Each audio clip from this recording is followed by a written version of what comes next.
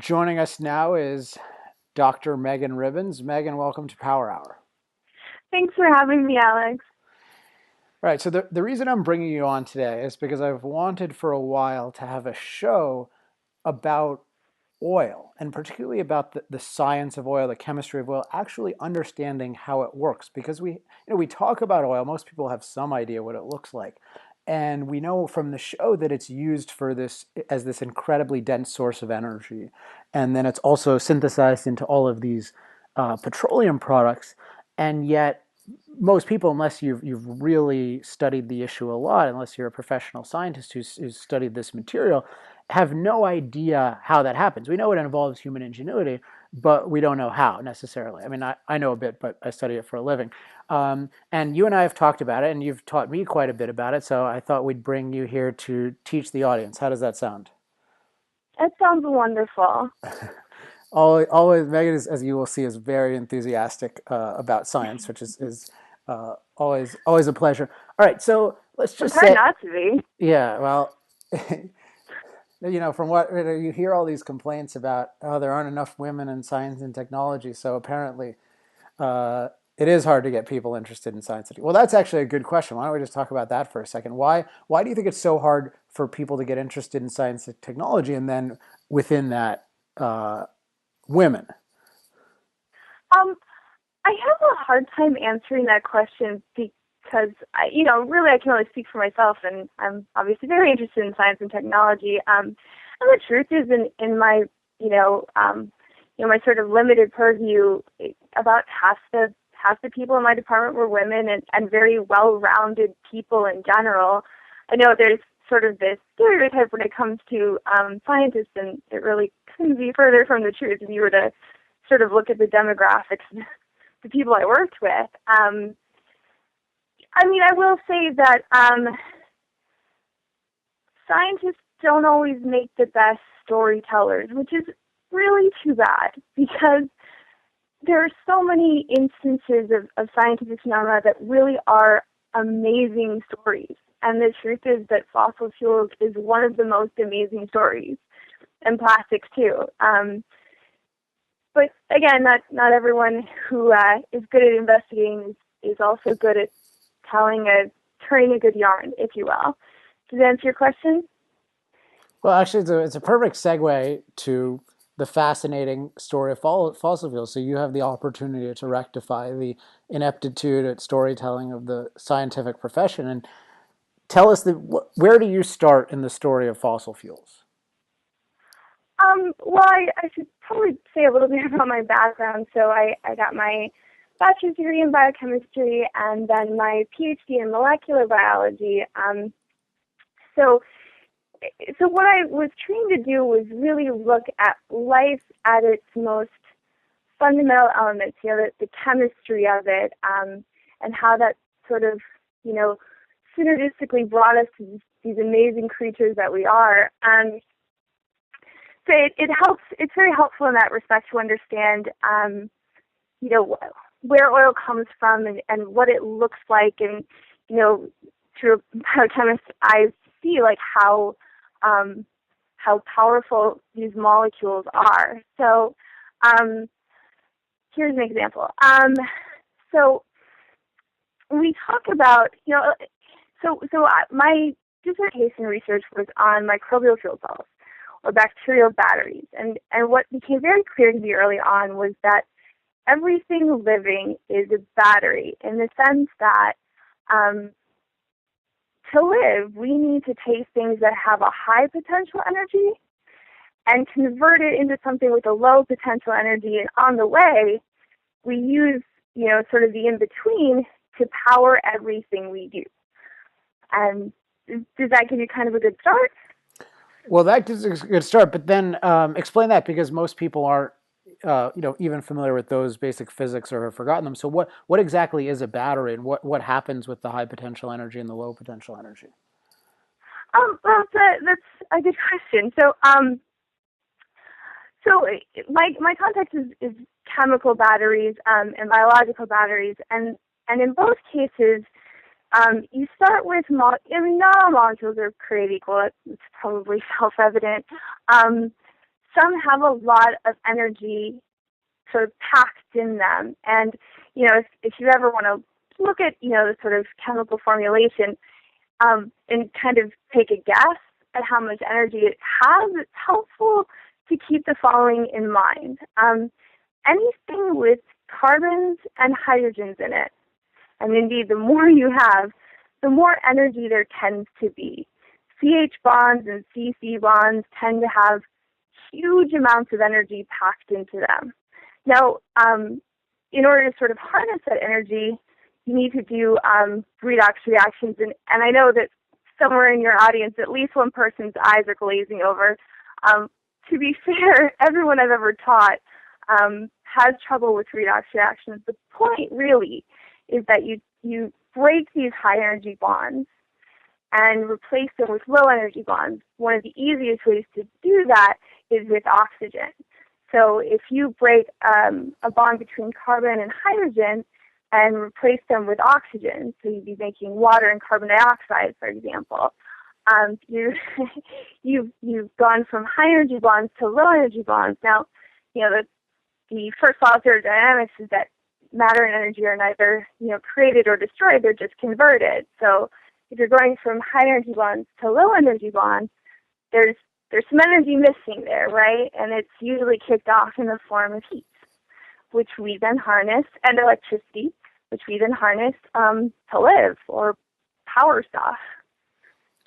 Okay, so just to make sure I understand and the audience understand, you have these, we can go into them in a little bit, but hydrocarbons, so CH bonds or carbon, hydrogen, carbon, carbon, the idea is those are unusually strong, and then by introducing oxygen into the system, usually I think it's through burning, you are able to break those bonds and replace them with oxygen bonds, and in the process, because the oxygen bonds require lower energy, you have extra energy, which is then released in the form of heat.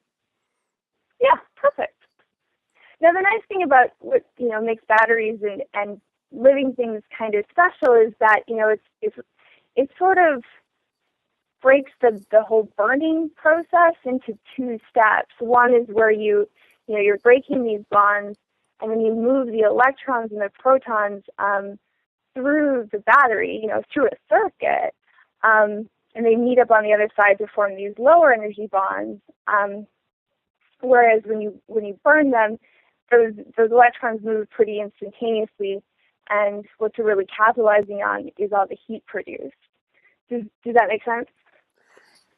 Yeah, that's really interesting, and I hadn't thought of batteries because I know a lot more about just the chemistry of combustion than I do about batteries. So can you explain what a little bit more on the two stages? The idea that there are two stages?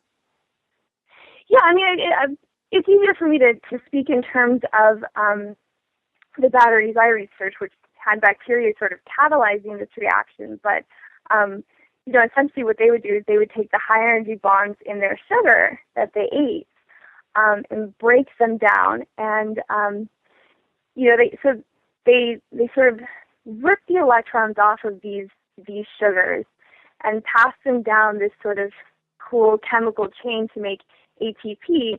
Now that the electrons, its energy has been utilized, it's this lower energy electron. It's, you got to get rid of it, right? Otherwise, you'd be this statically supercharged organism, and it would be a mess. The way they do that, and the way we do that, is we breathe.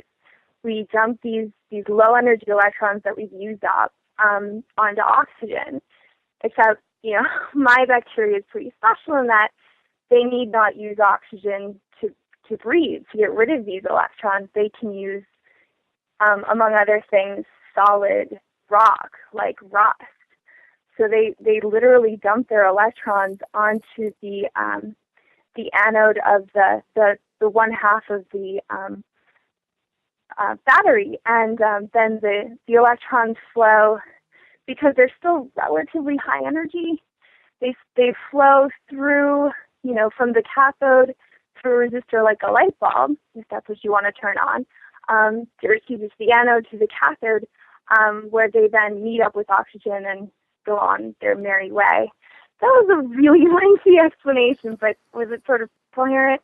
Yeah. I think, even if everyone didn't follow every little detail. There's some definitely stuff to hold on to. I think the idea of just breathing, like what breathing is in relation to electrons, uh, is fascinating. So let's zoom out a little bit. You mentioned that carbon hydrogen bonds are very strong, and I guess we should say just explicitly these are the central sorts of bonds involved in hydrocarbons, or as we often call them, uh, fossil fuels. Just to give us a contrast, what are bonds that exist that are lower energy bonds that are in other things that we're familiar with that aren't fossil fuels? Pretty much everything. I mean, pretty much everything else. There's, if the audience will remember their chemistry, there's different kinds of bonds, right? There's covalent bonds, which are the strongest, and that's what we're talking about between carbon and hydrogen and carbon and carbon and carbon and oxygen. And even there's definite differences between atoms that covalently bond. And then there's other kinds of bonds that are nowhere near on the order of magnitude. But again, it's helpful anytime you see a molecular structure or a molecule and your eyes are starting to swim. It's helpful if you look for anything, particularly with oxygen. That every single oxygen in there, if it were replaced by a couple of hydrogens or some carbon, it would be at a lot higher energy. It's helpful to think of anything that's got some oxygen in it, particularly a biological molecule, is partially burnt. So if you ever try to start a fire with ash, there's not much energy there because it's all sort of been burnt up. So anything with oxygen is kind of ashy, if you like. So if someone's looking at a diagram of a molecule, basically, and they see carbon and hydrogen and then oxygen, they should see oxygen as not the strong part of the energy component. Yeah, so and indeed we refer to that molecule as partially oxidized, which you can sort of think as partially burnt. Have you ever, we've never talked about this, but I'm just curious, have you ever thought of like describing these atoms and then the molecules in terms of personalities? Because I almost think of oxygen as promiscuous, because it can just, you have these bonds and then oxygen comes in and everything bonds with it. It's like it breaks up all these relationships. Kind of. Actually, when I teach my students, I talk about oxygen being a big bully because, carbon and hydrogen and carbon, they share electrons pretty much evenly. They're such excellent sharers. And then you get oxygen there. And, while the electrons, between an oxygen and a carbon atom they'll circle around the entire molecule. But they'll spend most of their time with this cult of personality, oxygen. So it's a big electron hog, is how I like to describe it. But what you said, makes a lot of sense too. So let's see. I got distracted by my own by my own search for atom metaphors. So we've got then. So let's. I want to talk about the origin of fossil fuels. People are curious about, but since we're just on the level of what happens if we look at them in terms of their basic chemistry, what are with these carbon and hydrogen bonds? What are the relative differences between coal, oil, and natural gas? That's an excellent question. So the easiest one to answer is natural gas, which your audience probably knows is methane, right? We have a way of naming any sort of organic molecule, and methane is just one carbon surrounded by 4 hydrogens. So you might imagine it's a very tiny molecule, but each little molecule has a lot of energy, relatively speaking. When we get to coal, it's mostly a bunch of carbons, and they form these carbon loves to form these 6-member rings, and they form.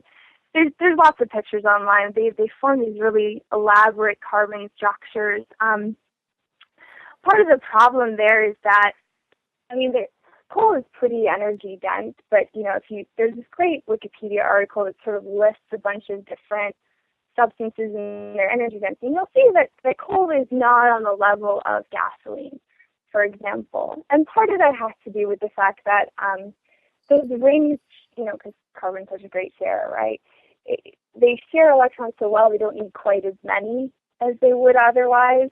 And because you have fewer electrons and, fewer hydrogens, if you look carefully, there's less there to burn, right? There's just fewer of those, energy-rich bonds to really capitalize when you burn it. So it sort of explains why coal is not as energy dense, although it is quite energy dense. And then you have gasoline, for example, which I'm sure your listeners know is a mixture of just chains of carbon and hydrogen. It's got one carbon attached to another in this sort of linear fashion, and then hydrogen coming off of the backbone. And those, they're energy dense not just because, they've caught all these energy-rich bonds, but because they pack really nicely together. It's sort of like laying sticks or like straws flat against each other. They pack really nicely, which helps to explain their energy density. And does that give you a good picture? Yeah, and I want to dive a little bit deeper into it. And maybe one way to do that is just it's interesting that we have this. It's interesting that the one in the middle is the most energy dense. So you've got this solid, which is coal, and then you've got this liquid, which is the most dense, and then gas, which is the least dense out of all of them, leaving aside if it's compressed or liquefied. To kind of get at why that is, could you talk about something you've explained to me before, which is the issue with hydrogen gas as an energy source? Because you might think, well, like pure hydrogen in a certain sense, isn't that the best fuel? Sure, absolutely. I think that's actually really helpful. So, people, I don't know how in vogue it is now to talk about hydrogen gas as a fuel, but when you're talking molecule for molecule, you're absolutely right. Hydrogen gas is just two hydrogen atoms bonded together. So you might imagine that those bonds are very energy dense. The problem comes in why, that... why would you imagine that? Just because what we were talking about earlier, how hydrogen bonds and carbon bonds are very energy rich. Does that answer your question? Yeah, keep going. Okay. Yeah. So you're not wrong to think that a molecule of hydrogen gas is very energy rich. The problem comes in energy density, right? And it's not enough just to have a lot of energy. You have to be able to pack all those energy-rich molecules into a small space, particularly if it's a portable fuel that you're trying to power your car with, for example. And that's really where hydrogen falls down, because it's the smallest gas and in some ways the most energetic gas. It's really hard to sort of compress it. And it's you have to cool it, but usually when you want to cool something, you need to use something that's smaller, except there is nothing smaller when it comes to hydrogen. It's a hot damn mess. So, in one point I remember you also made was just that. There's this very weird category of, we should get energy from hydrogen, as if you're not getting energy from hydrogen when you use oil or natural gas, and yet those are actually the best ways of getting energy from hydrogen, right? Yeah, I mean, so this is something that life has evolved over billions of years. Is these ways to capture energy in these really energy-rich, dense molecules. It's telling that there's very few sources of biological hydrogen, and it goes back to this. In a sense, you're absolutely right. We do oxidize hydrogen to get energy, except that we store hydrogen in a really smart way. We store it in the form of either carbohydrates or hydrocarbons or fats. really. So yeah, we're sort of pulling that gas and compressing it in a liquid or a solid form, which is much more energy dense and much more useful to us. So let's definitely dive into what you just said because it might have gone by too quickly for some people. You're saying there's a Sorry. parallel between fats and these fuels, right? Oil, coal, and natural gas, which I don't think most people think of, and I learned from working with you on an article on the subject. Yeah. Um, so, I mean, I think most people know that when we say fossil fuels, the fossil part is relevant. It refers to the fact that living material has been compressed over millions of years, and that living material used to be, what we are now, essentially, carbohydrates and hydrocarbons. As an example, I know fats have been sort of maligned in the last few years, but we Well, need them. We need them. fats are back actually. Carbohydrates they've fallen from grace. Well, I mean, there's a lot to be said biochemically there, but you need them both. So for example, if you think of each one of your cells, and you have trillions of them, as like a balloon with a bunch of water and stuff inside them, there's like this layer, this double layer of fat that actually forms the sort of rubbery material of the balloon that is your cell membrane. So you need fats. And it should probably be no surprise that, if you take all those energy-rich hydrocarbons, literally molecules that just have carbon and hydrogen in them, and compress them for millions of years with lots of pressure and high temperatures, you're going to get even more energy-rich molecules. And at this point, it should be no surprise that those molecules are petroleum, like oil and gasoline and so forth. So we'll get into more of that, but just it's so there's this really interesting parallel. So we've talked about hydrogen, so we're going to talk about all the different fad types of energy that are always going in and out. But what with I mean the relationship between say oil and ethanol is similar to the relationship between fat and carbohydrate, right? Where you see the number of calories per gram is 9 for fat and 4 for carbohydrate. Exactly. Yes. So again, it's nice to have a little visual of what a carbohydrate might look like, but literally it means carbon with water hydrate, right? So all carbohydrates have carbon and water as part of their molecular structure. Water, as everyone knows, is H2O, right? So there's hydrogen and oxygen there. And if you've got these carbohydrate molecules, you can expect a fair amount of oxygen there, which means it's partially oxidized and therefore not as energy dense. We need carbohydrates for a lot of reasons, but it's a little bit easier biochemically it's more quick energy usually, as opposed to fats, which are, again, we're talking about 9 calories per gram of fat versus 4 calories per gram of carbohydrates. There's more energy in fat, but it's a little bit harder to get to, if you like. But, to speak to the point of ethanol, oh my gosh, there's a fire. 1 second. You have to explain the chemistry of that. I'm so sorry. So to speak to the point of ethanol, that was not me. Ethanol is 2 carbons and a bunch of hydrogens and some more oxygen. And so, again, the ratio of oxygen to carbon and hydrogen is relatively high, and so there's not as much of an energy density in ethanol as something that's like a hydrocarbon. Does that make sense? Yeah, and so this comes up just in terms of connecting it to practical things that if you fill up your car, a gas tank with ethanol, and you fill up a gas tank with gasoline, I think the energy density is about 2/3 one of the other. Now, what is the chemical composition of methanol? There was a big story in the Wall Street Journal a couple weeks ago about methanol making a comeback. So methanol is just one carbon, three hydrogens, and oxygen and another hydrogen.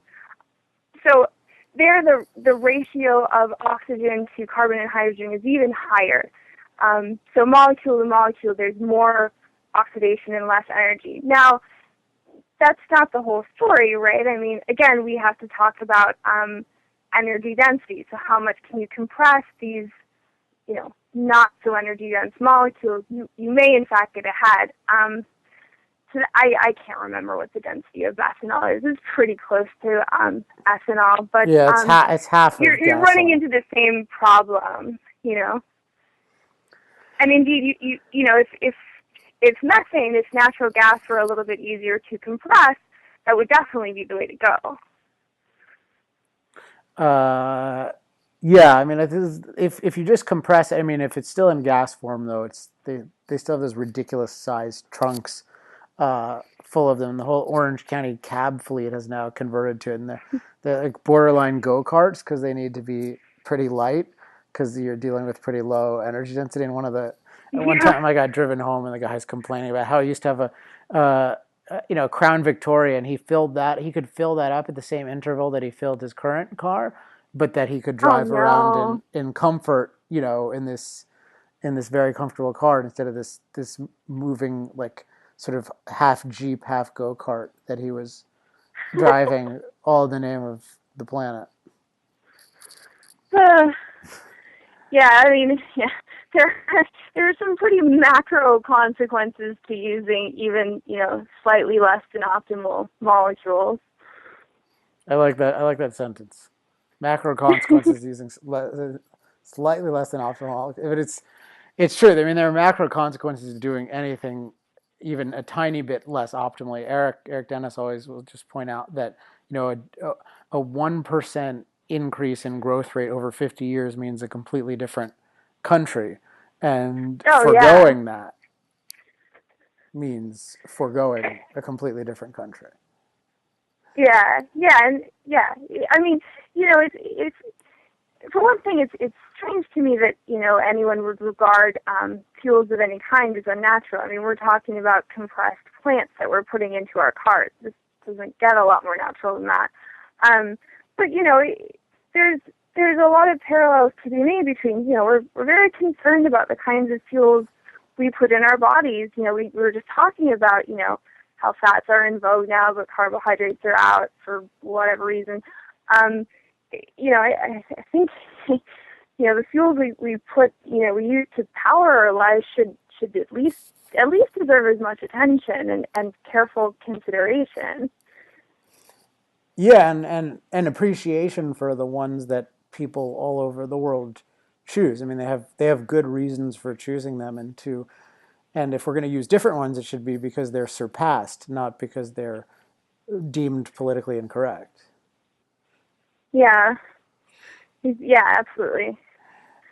So let's talk about. We mentioned a little bit earlier about just how the chemical reaction occurs, how you have all of this, how the carbon hydrogen bonds in fossil fuels are extremely strong, and how when oxygen is introduced, they release a bunch of energy. But let's talk about the how that works out in practice, as in how an internal combustion engine works and takes advantage of this released energy. Um, sure.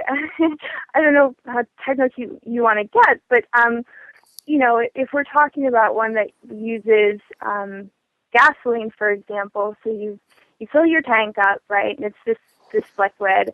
Um, so what happens is that it gets injected into the cylinders as sort of a vaporized mixture with a bunch of oxygen.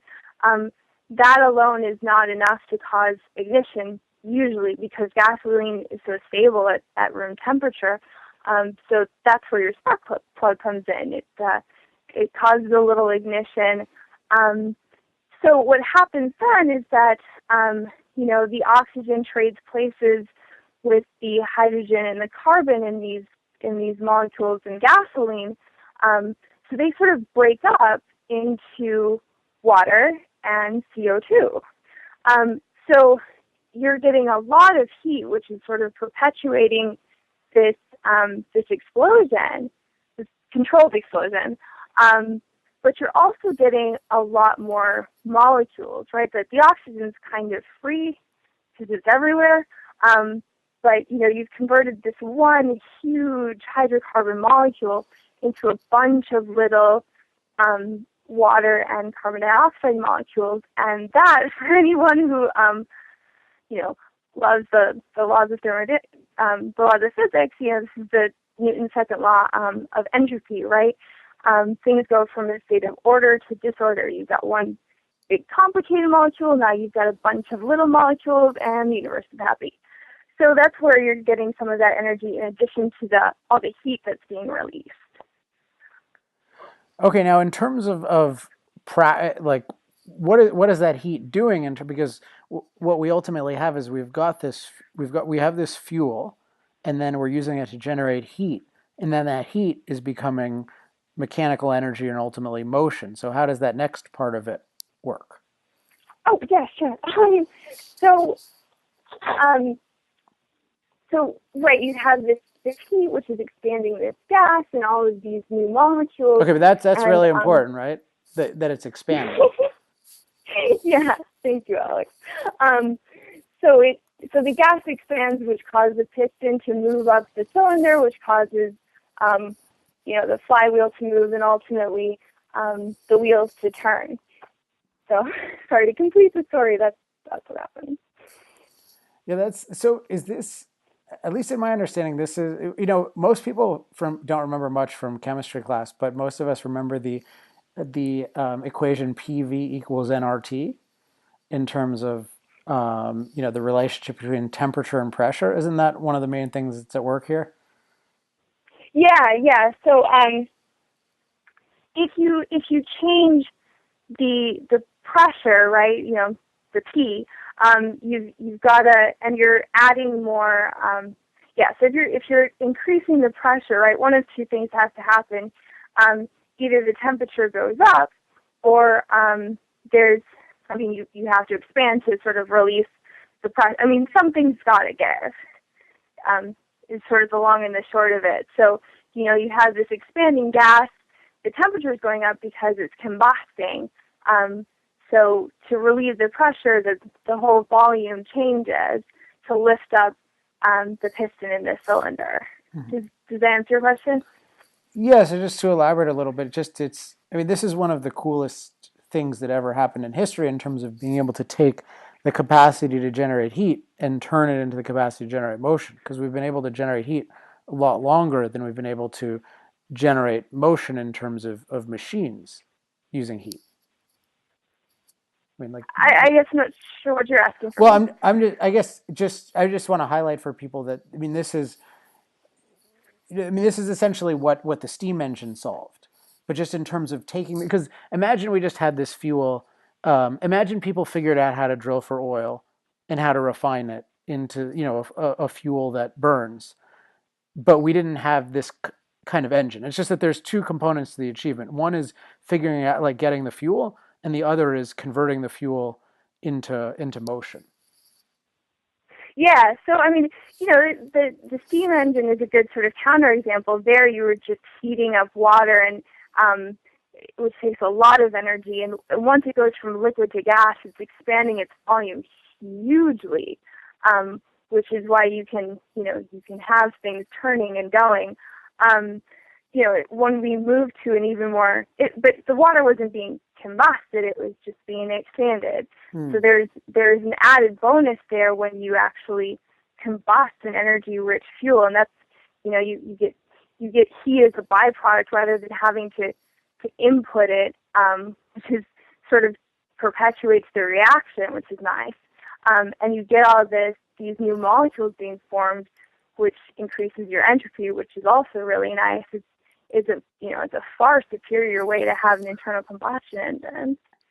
You mentioned the stability of gasoline at room temperature, which I just want to highlight for people because that's one of the very nice things about it. Early in the oil industry, there was this substance that gave people a ton of problems, which was natural gas or methane, because it would just explode all the time, and people would die. What is the difference between the two, where natural gas can be much more of a threat?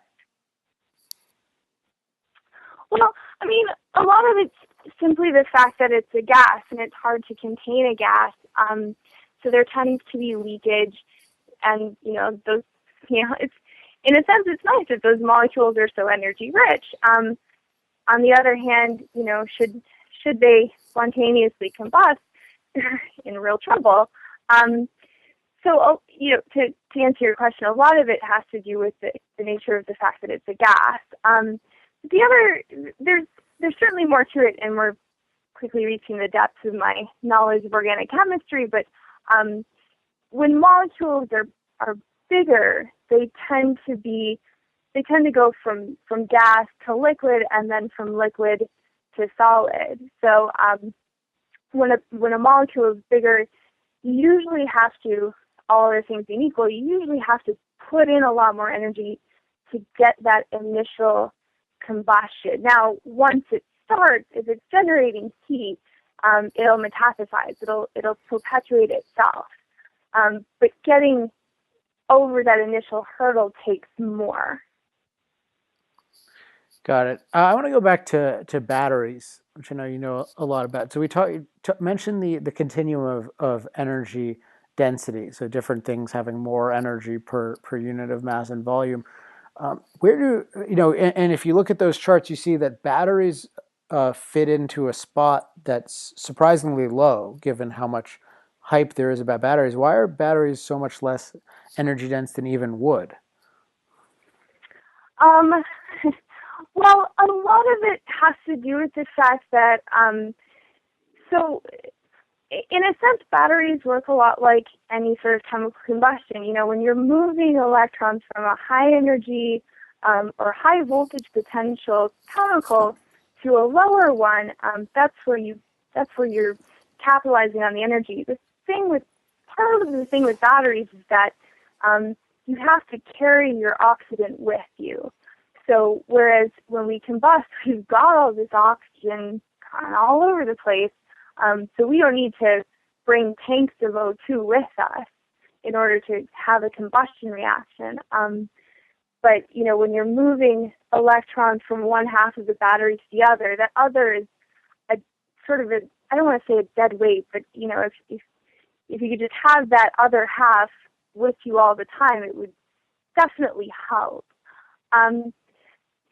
As to, so I'm not as familiar with chemical batteries like lithium ion and why exactly they're so poor in terms of energy density. It is remarkable that it's so much lower. Does that answer your question? Yeah, it is. It is, and it's the kind of thing where I wish that in the discussion, in the technical discussion, that people talked more about that's a fact and why it's a fact, because the way it's held, I think, with most people is, well, of course they'll just be able to get them as dense as they want, and it's not to be anti-technology in any way, but it's just to realize that it's in the nature of the way that it works now to not be able to be super dense. So you would need to change something fundamental. It's not exactly the same as a Moore's law type situation where you can make microprocessors faster and faster in a fairly predictable way. And it's interesting how often Moore's law is invoked for technological contexts in which it has no application whatsoever. Yeah, battery technology is very, very different from computer processing technology, and they don't follow the same trend by any means. Anyone in this field will tell you we're really sort of falling behind in terms of electronics is the battery capacity, and it's not for lack of smart, dedicated researchers. It's a pretty unique problem. Yeah, is there any way to take advantage of just the density of hydrocarbons and are there other ways of converting them to electricity? Because right now, we use them to generate heat, which then becomes electricity, but you lose a lot of the energy in the process. Sure. Yeah, and that's true. So there are hydrogen batteries, which instead of combusting the hydrogen with oxygen, they do something. They do what all batteries do, right? They split up those bonds strip off the electrons and eventually let them rejoin, you still run into a lot of problems with the compression of hydrogen that I don't know that you'll ever be able to get around, barring some amazing technical advancement. As to other carbohydrates, I know they've done stuff like that before, but why you'd use carbohydrates when, it's still not as energy dense and never will be compared to hydrocarbons. So I don't see that ever, in terms of chemistry, it doesn't seem advantageous, really. A term that comes up, and another relevant technology that comes up as a cure-all, and I see it a lot in these schemes that these professors get paid to concoct about how they're going to change the whole energy infrastructure of the world, and they have it on a napkin. Fuel cells. What are fuel cells? So they're a kind of battery,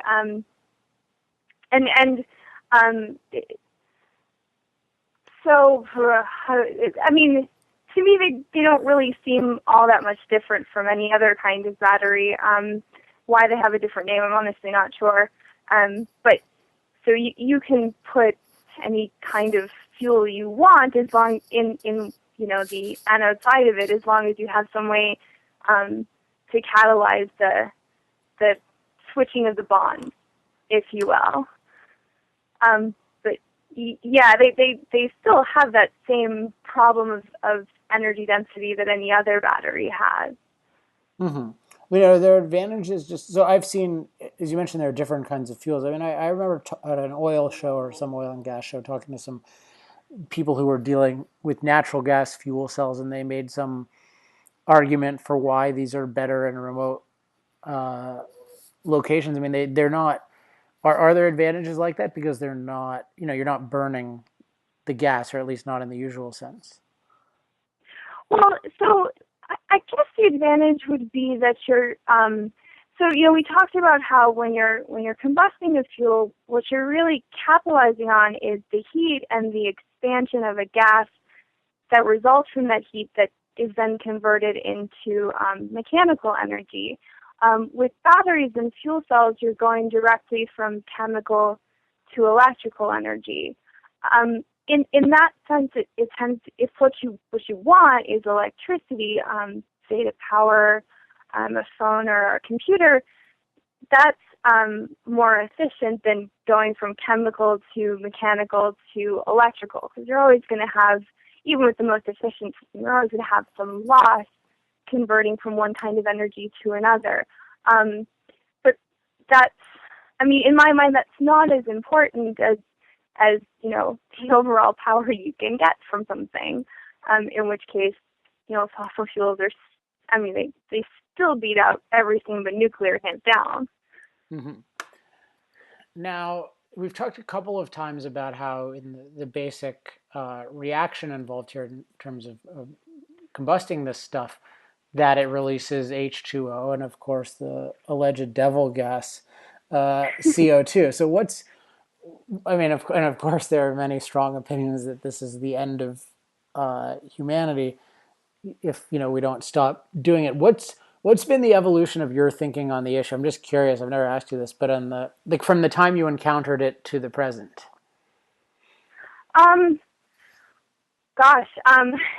There's a lot of history there, and a lot of it is just being presented with more technical data. So, for example, it was helpful for me to know that many gases are more soluble a colder a liquid is. And a real-life example of that is if you open up a soda can, which has CO2 in it, if you leave it out on the counter, it'll go flat pretty quickly. But if you put it in the fridge, it'll stay nice and fizzy because there's that liquid, when it's colder, can hold more CO2. So, when data is presented that shows a correlation between CO2 and temperature, there's two, I don't think there's much of one, but there's two possible explanations there. One is that CO2 is driving temperature, and two, that temperature is driving CO2. And since we have a lot of water on this planet, it follows that it's the latter, that it's temperature drop. That when it gets warmer, as it is on Earth and as it is on Mars, kind of the same way. The oceans get warmer on Earth and release CO2 because CO2 is less soluble in warmer liquids. As an example, I could go on, but I used to believe what my professors told me, that global warming was caused by people and it was catastrophic, and I've learned a lot since that, puts me at a complete 180. Well, so with that point, so let's play devil's advocate. So someone would say, well, what if maybe it's both, right? Maybe our CO2 in the atmosphere is heating things up, and then that causes the oceans to warm, and there's more CO2, and it's just this vicious cycle, and we're just going to burn up. I've heard that, and that for you said on previous Power Hours that it's not a linear or even a logarithmic catastrophic thing, and that tends to be true with whenever you have a biological system. I mean, we've got a bunch of organisms that are very self-correcting and very good at adapting to a change. So that seems unlikely. When you bring that in with the fact that Mars's global temperature is changing the same way Earth is, the most parsimonious explanation is probably not that we're not driving enough hybrids on Earth. So then, just having been in academia for a while, what I always ask people this, but what's your sense of how this mass hysteria is possible? I mean, surely most people know about the soda can in the fridge versus the counter. I really couldn't say. I honestly don't know where it comes from. I mean, I've worked with such really smart, knowledgeable people, and yet when you bring up something like that, even casual, they have this really they tend to have a pretty negative reaction, a pretty visceral reaction, and I honestly couldn't tell you why that is. So naive, so innocent. Well, I don't presume to read their minds, certainly. No, we had. I'm just reminded of that because we had. On we're recording this on a Friday, and it's the same Friday that the Power Hour with Ross McKittrick has been released. And if you haven't heard that, for sure, go and listen to that after you finish this one.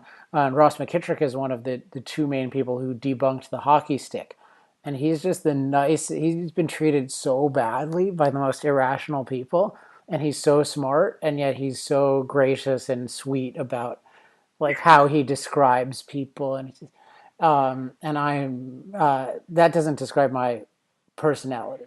No, I did not debunk the hockey stick, nor am I sweet in regard to the perpetrators of the hockey stick. And I guess I'm just given my background in philosophy and also really interested in psychology. I'm very interested in the motives of this kind of thing, and then the institutional incentives for and psychological incentives for people to want this status as we're scientists and scientists believe this about this political issue, and it's sort of whenever you meet someone who doesn't buy into it and makes it's total common sense, but then it's almost crazy unless you really understand it how it is that not everyone thinks that, like you talk about it in a very calm and relaxed way, as do the others that we have on, and then we talk to other people and it's just the most tense and angry and sort of authoritarian discussion.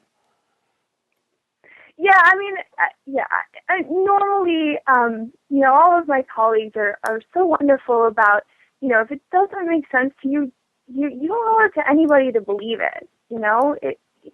I mean, keep at it, keep trying to make it make sense, and if it just won't, it probably isn't real. But there are a few kind of gaps sometimes where it's just, hey, I worked really hard on getting my PhD, so just believe what I say, and that's not a credit to anybody. All right, good stuff. Well, we're we are getting short on time. So, what final thoughts do you want to share with the audience on fossil fuels science, whatever you want?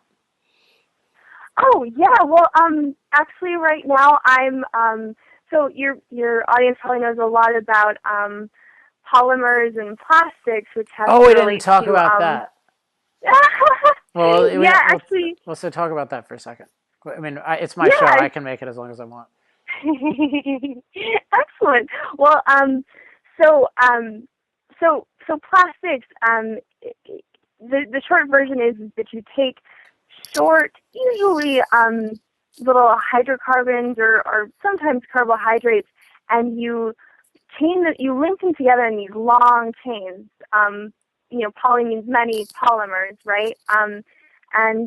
There's lots more to be said about plastics, but the reason I'm so excited is because I've been learning about bacteria that, in addition to making fat molecules, other hydrocarbons and carbohydrates to store their energy, will actually make plastic to store their energy.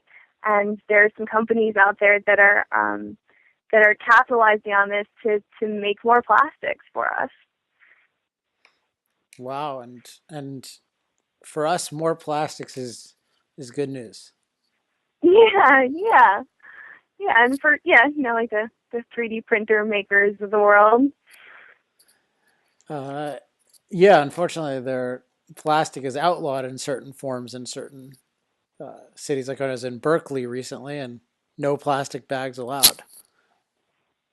Yeah, that to me is absolutely horrific because, we in labs we use plastic all of the time. It's very, very good at separating things you want from things you don't. And it follows that that's true. I mean, perceptually, that's true in our daily lives too. And it makes everything so much cleaner and more sanitary. And to outlaw sanitation just is incredibly bizarre to me. Yeah, they should really be called anti-sanitation laws. Yeah.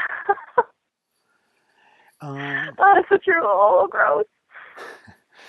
all right. Any final thoughts before we wrap up? Um, no, that's pretty much everything for an hour. All right, sounds good. Well, Meghann, thanks for being on the show. Thank you, Alex.